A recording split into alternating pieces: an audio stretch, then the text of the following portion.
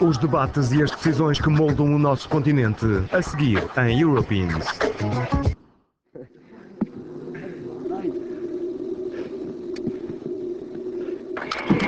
São poucos, mas têm muito entusiasmo. Estes soldados das Forças de Defesa estónias preparam-se para integrar missões no Iraque e no Afeganistão.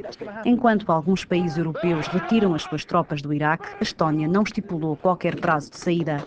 Independente desde 1991 e membro da NATO desde 2004, para a Estónia a participação nas forças militares internacionais é uma questão de afirmação.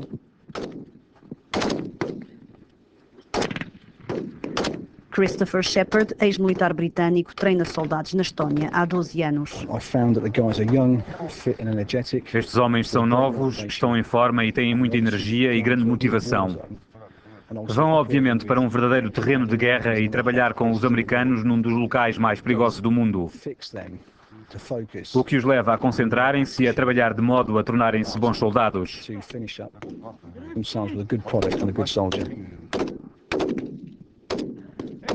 Os soldados têm consciência das dificuldades. 2 estónios já morreram em combate no Iraque.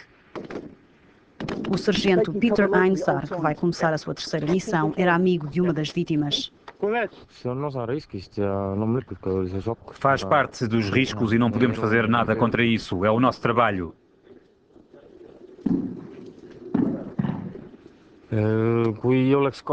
Tem de haver um pouco de medo. É o nosso instinto de sobrevivência.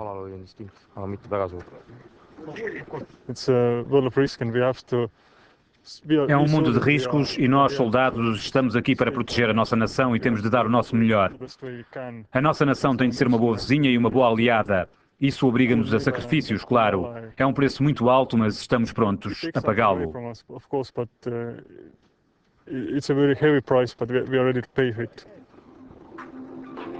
Em Tallinn, a capital da Estónia, vivem 1.400.000 pessoas, um terço da população do país. Na ótica do pequeno Estado báltico, a adesão à NATO e à União Europeia é uma questão vital para garantir a sua segurança política e económica. O presidente dos Estados Unidos optou por visitar a Estónia no seu caminho para a cimeira da NATO do fim de novembro, na Letónia. Para alguns, a decisão de George W. Bush foi um sinal de apoio aos países que mantêm tropas no Iraque. Ando Lepps é professor de Direito e o antigo membro do Parlamento. Lepps admite que a pertença à NATO acarreta determinadas responsabilidades, mas teme que os países bálticos acabem por ser prejudicados por uma política externa americana que considera errada.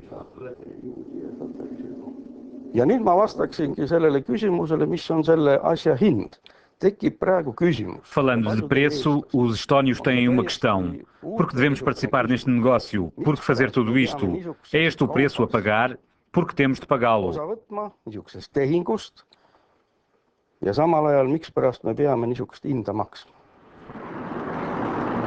A maioria dos estónios opõe-se ao envio de soldados para o Iraque, mas uma maioria ainda mais expressiva é favorável à pertença à NATO. Trata-se de uma garantia de segurança depois de anos de ocupação soviética. Igor Grazin é membro do partido de centro-direita que está no poder. Para Grazin, foi a NATO que pagou o preço mais alto ao integrar os Estados Bálticos em março de 2004. A NATO é verdadeiramente importante porque determina a posição estratégica da Estónia no mundo moderno, que se tornou muito mais complicado.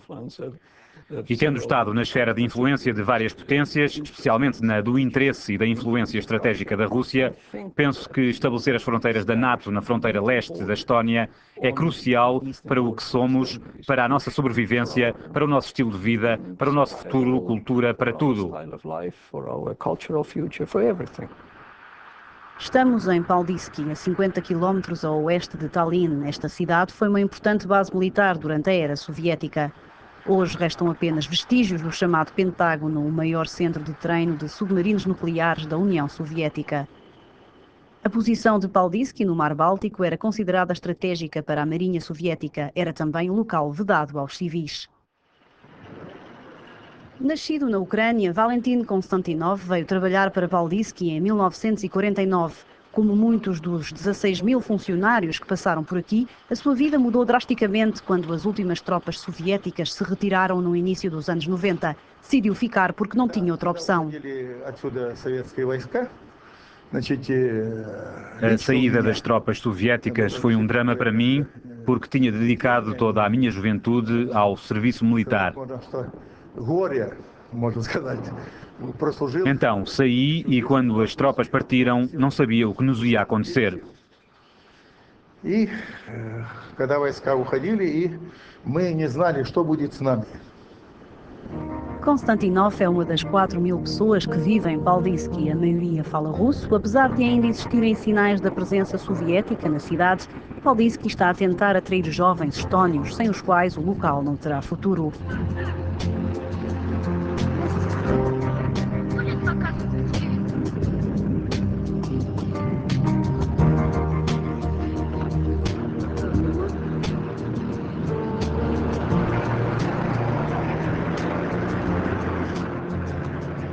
Jan Mulder é o presidente do Conselho Municipal de Paldiski, mas foi também o primeiro presidente da Câmara da cidade quando os soviéticos saíram. Mulder salvou esta pintura do chamado Pentágono soviético. Os estónios queriam destruí-la.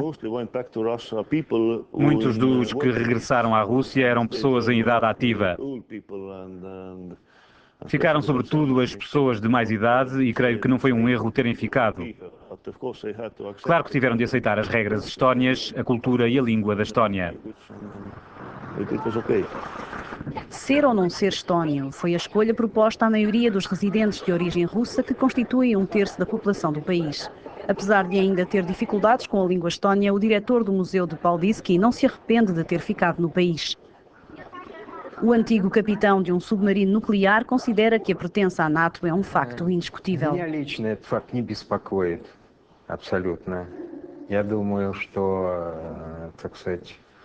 Este facto não me coloca problemas porque acredito que qualquer Estado soberano e independente tem o direito de decidir a que organizações quer pertencer.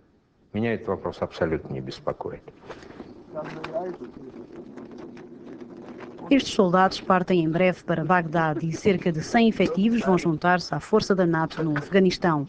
Para alguns militares, partir em missão foi uma escolha de que não se arrependem.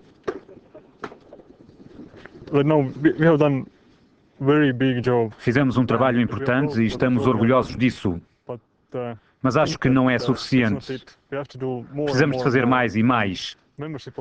Pertencer à União Europeia e à NATO foi apenas um passo adiante, não é o fim do caminho.